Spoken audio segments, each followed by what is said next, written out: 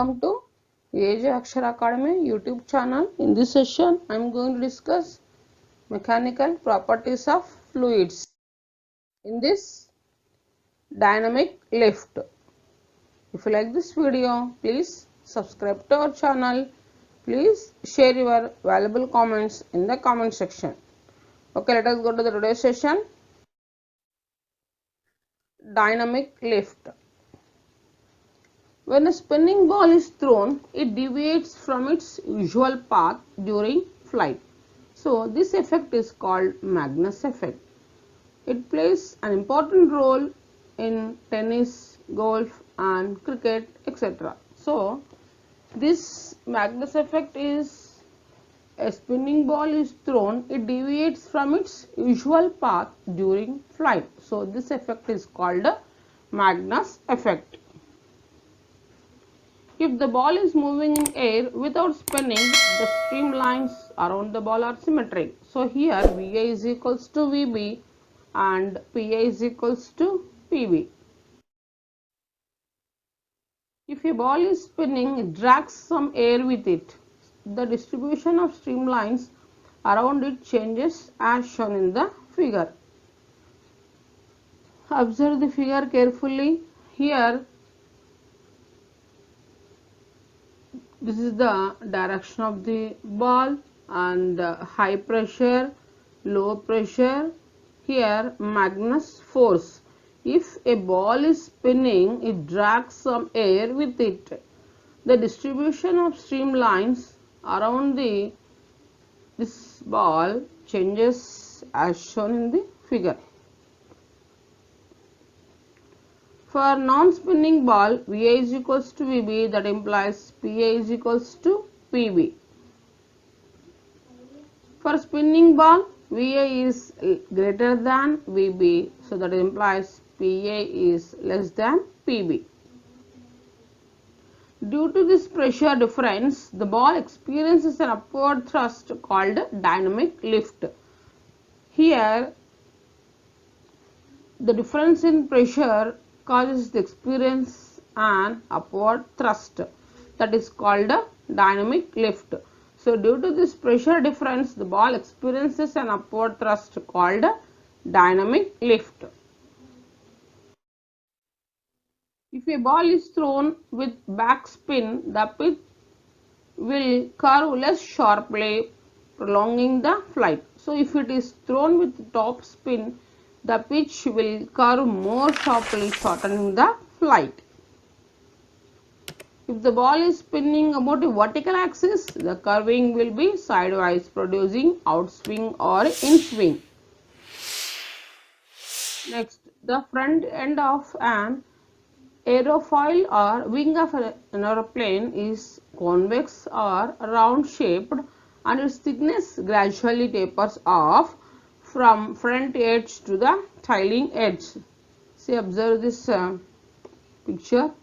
Here weight, that is gravity, here thrust acting on upwards, it is lifting, it is dragging this aeroplane. So the front end of aerofoil or wing of aeroplane is convex or round shaped and its thickness gradually tapers off from front edge to the tailing edge.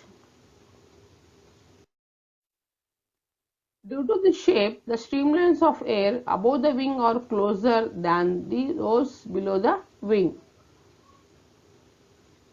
So then pressure above the wing will be less than the pressure below it. So this pressure difference produces aerodynamic lift. Here, due to this shape, the streamlines of air above the wing are closer than the below the wing. So then pressure above the wing will be less than to the pressure below it. So this difference in pressure produces aerodynamic lift.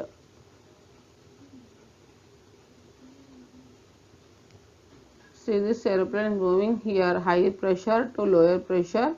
This when the streamlines of air above the wing are closer than the below the wing, and similarly pressure above the wing will be less than the pressure below it. So this difference in pressure produces the aerodynamic lift. Okay. If surface area of wing aeroplane is A, P1 and P2 are pressures on the top surface and on the bottom surface, then lift force on the wing is F, S is equal to P2 minus P1 of A. If mg is the weight of the wing, net force on the wing is F minus mg. If V1 and V2 are the velocities of air above and below the wing, then P2 minus P1 is equals to half rho into V1 square minus V2 square. Here rho is the density of air. If there is an obstacle in a tube of flow, the streamlines will split and becomes normal as shown. So the points S1 and S2 are known as stagnation points. So in this stagnation points, suppose the velocity of liquid flow stagnation point is 0. Now let us discuss MCQs. First one, spinning ball in tennis, golf and cricket are examples for first one vertical lift, second one horizontal lift, and third one Magnus effect, and fourth one A and B are true. Here the spinning ball in tennis, golf and cricket are examples for Magnus effect. So third option is correct.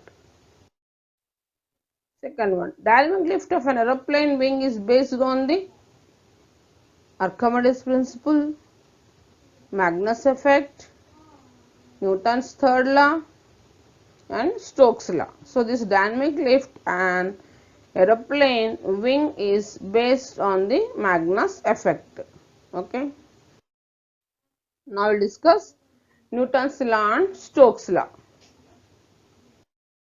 Let us discuss first viscosity. Here if we divide flow of liquid into number of layers, every layer is sliding over the other. Observe the figure carefully. Ground layer is at rest. There is an opposition to the relative motion between the adjacent layers.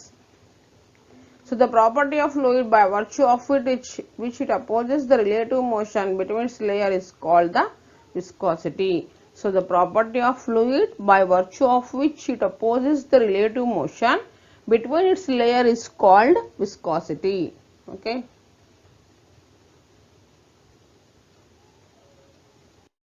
Now we will discuss Newton's law. Here we are taking a liquid. Consider a liquid flowing over a horizontal surface. This is the two layers in this liquid. One is a moving layer. Here another one. Each lower moving layer of the liquid exerts a tangential retarding force. So this tangential retarding force on an adjust faster moving layer. So this layer, the value of this viscous force is given by Newton's law of viscosity. Okay, next. Now we will discuss Newton's formula. First statement. For a streamline flow, viscous force acting on any layer is directly proportional to the area of the layer and velocity gradient. So viscous force is given by F is proportional to A, and where A is the area of the layer and it is directly proportional to dV by dx, where dV by dx is the velocity gradient. So F is proportional to A dV by dx.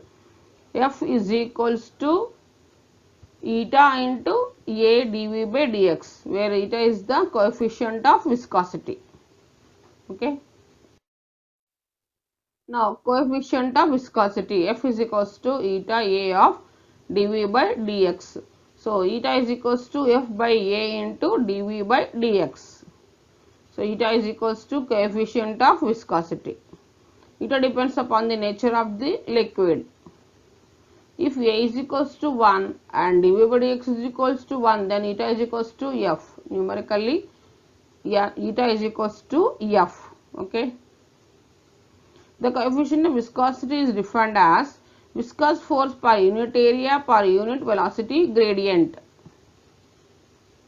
So, SI unit of eta is Newton second meter square, Newton second by meter square, or Newton second meter to the power of minus 2, or SI unit of eta is Newton second by meter square, or Poiseuille, PL. So, CGS unit of eta is dyne second per meter square, or Poise. So, the relation between SI and CGS unit of eta is 1 Newton second per meter square is equals to 10 Poise.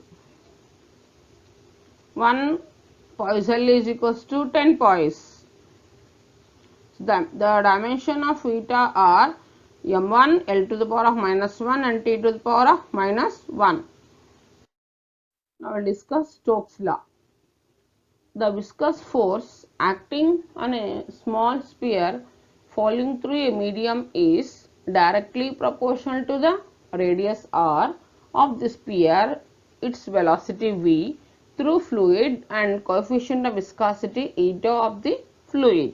So, this viscous force F is proportional to eta, r and v. Eta nothing but coefficient of viscosity, r radius, v velocity. So, F is proportional to eta r v. So, F is equals to 6 pi eta r into v. This is Stokes' law. Okay. So, viscous force is velocity. Viscous force is a velocity dependent. Now, we will discuss equation for terminal velocity.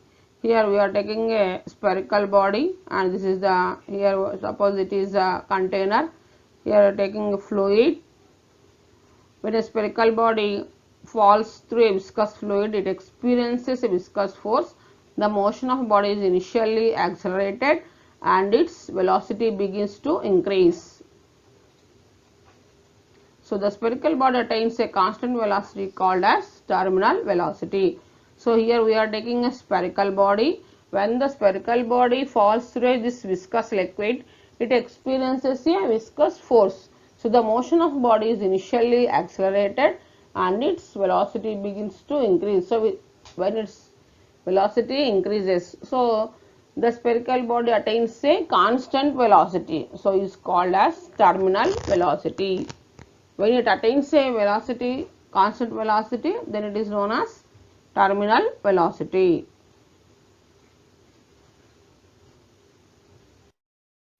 Equation for terminal velocity. Let us discuss. Total downward force is equals to the weight of the sphere. So, here downward force is equals to mg, that is equals to volume into density into g. M can be written as volume into density into g. So, that is equals to volume of the spherical body is 4 by 3 pi r cubed, density rho g g. So, the total upward force, that is equals to viscous force plus upthrust due to the medium. So, viscous force nothing but 6 pi eta r v plus upthrust due to the medium, that is 4 by 3 pi r cube sigma g. Now, total downward force is equals to 4 by 3 pi r cubed rho g. Total upward force, that is equals to 6 pi eta r v plus 4 by 3 pi r cubed sigma g. Now, total downward force is equals to total upward force. So, equating these two forces, then we get 4 by 3 pi r cubed rho g is equals to 6 pi eta r v plus 4 by 3 pi r cubed sigma g. So, this can be written as 6 pi eta r v is equals to, here 4 by 3 pi r cube taking common, then remaining is rho minus sigma g. So, now from this we are writing formula for v. V is equals to 2 by 9 pi r square rho minus sigma into g by eta. So, this is known as terminal velocity. So terminal velocity V is equals to 2 by 9 pi r square rho minus sigma into g by eta. This is terminal velocity. Now let us discuss MCQs. Viscous force per unit area per unit velocity gradient is also called A. Average velocity, B. Velocity gradient, C. Coefficient of viscosity, and D. Friction. So this viscous force per unit area per unit velocity gradient is also called coefficient of viscosity. If viscous force is 10 Newton and velocity gradient is 10 second inverse, then what is the area of liquid layer? Here we are taking coefficient of viscosity, that is equals to 0.1 SI units. So first option is 10 meter square, the second option is 100 meter square, and third option is 1 meter square, and fourth option is 25 meter square. So here if viscous force 10 newtons and its velocity gradient 10 second inverse, so this area is 10 meter square. Okay, so here from this formula viscous force F is equals to eta A into dV by dx. They given as F, they given as 10 newtons, and eta they given as 0.1. A we have to find out, velocity gradient they given as 10. So from this A is equals to, we are getting 0.1 into 10. This can be written as 1 by 10, 10 gets cancels, 1 by 0.1, or here 10 gets cancels, A is equal to 1 by 0.1. 1 by 0.1 can be written as decimal representation 10, 0.1 nothing but 1 by 10, reciprocal 10 by 1, so 10 meter square. So area of liquid layer is 10 meter square. Okay. Thanks for watching this video.